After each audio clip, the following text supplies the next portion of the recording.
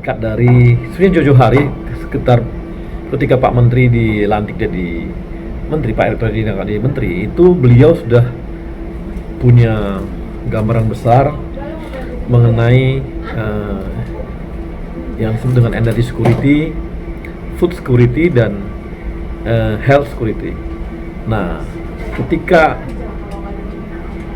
beliau semakin mendalami mengenai health security, ternyata terbukti bahwa Indonesia itu berat kalau tidak apa-apa gitu. Itu sekitar bulan 12 lalu, 11 lalu ya. Beliau melihat bahwa ada di urusan kesehatan ini adalah kita itu kesehatan saja sampai lebih dari 90% itu dari impor, bahannya impor. Kemudian untuk obat-obatan juga begitu, bahan baku dan obat-obatannya pun 90% impor. Nah, kondisi ini dilihat oleh Pak Menteri sebagai suatu suatu hal yang cukup mengancam bangsa kita kalau terjadi sesuatu. Makanya setelah itu beliau membentuk yang namanya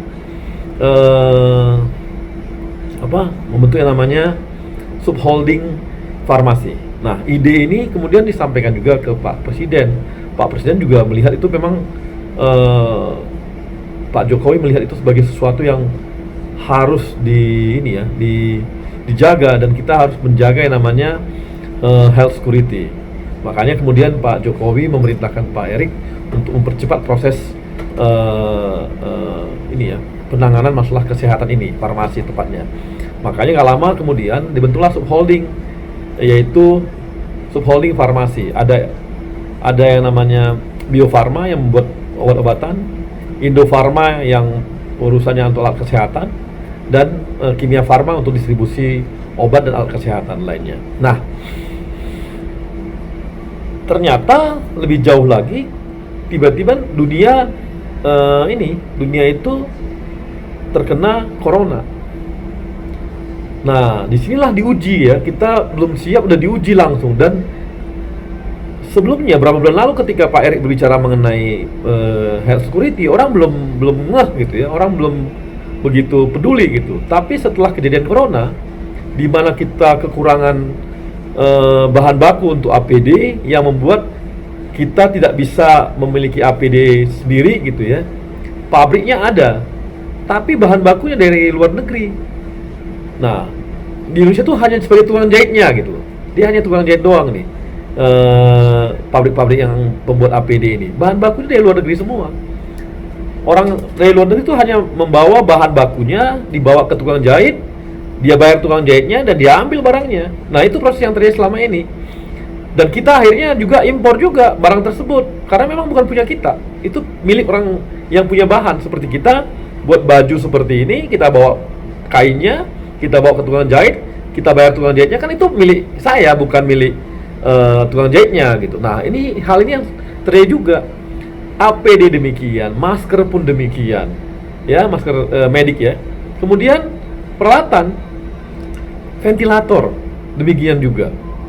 Kemudian ini juga dari impor semua gitu. Kemudian obat-obatan juga seperti itu. Kita kemarin baru ambil dari India, dari Mumbai. Itu bahan baku untuk obat bahan baku untuk obat Tamiflu dan lain sebagainya, dan juga obat-obat seperti kloroquine.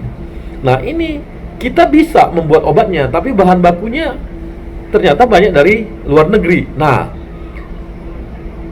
ketika kemarin Pak Erick Thohir mengumpulkan semua beberapa perguruan tinggi dan ada industri juga otomotif dan litbang lainnya untuk bagaimana kita bisa membuat ventilator. Nah, ternyata dalam tempo sebulan itu teman-teman UI, teman-teman ITB bisa buat ventilator, walaupun ventilatornya memang bukan untuk pasien yang masuk rumah sakit, yang masuk ICU. Tapi memang ventilator untuk tahap awal, masih sesak dan sebagainya. Tapi dari Litbang ESDM itu mampu membuat ventilator yang untuk pasien di ruang ICU.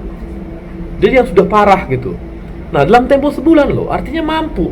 bangsa kita harusnya mampu membuat, dan Pak Erick berkomitmen bahwa nanti kalau alat tersebut bisa dijadikan untuk ventilator, maka Pak Erick sudah menugaskan 3 industri strategis pertahanan, yaitu PTDI, kemudian Pindad dan LAN itu harus memproduksi ventilator ini. Mudah-mudahan kalau lulus uji klinis, maka ventilator ini sudah bisa untuk digunakan ataupun bisa diproduksi oleh teman-teman dari BUMN. Nah, disinilah Pak Erick, Pak Menteri kita menyatakan bahwa kita terlalu sibuk selama ini dengan trading gitu, tidak berusaha untuk membangun industri dalam negeri kita sendiri untuk mengadakan alat kesehatan ini. Dan corona ini jelas menjadi ujian kita dan buka mata kita semua. Demikian juga di obatan, kita pun akan berusaha seperti itu. Selama ini kita enggak, kita trading aja.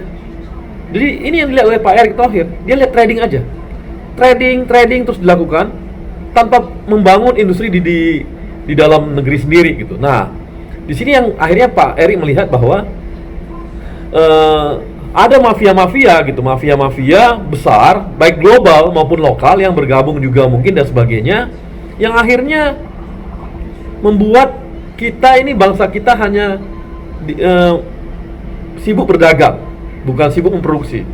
Jadi, dan ini jelas dari permintaan Pak Jokowi ya, dan ini arahan Pak Jokowi kepada Pak Erick Thohir supaya memberantas mafia-mafia ini dengan membangun industri lokal, membangun industri farmasi kita, sehingga kita bisa memproduksi sendiri apa kebutuhan kita. Nah, inilah yang dijadikan oleh Pak Erick sebagai dasar kenapa beliau mengatakan bahwa selama ini mafia di alat kesehatan dan juga bahan baku obat dan obat-obatan menguasai bangsa kita gitu.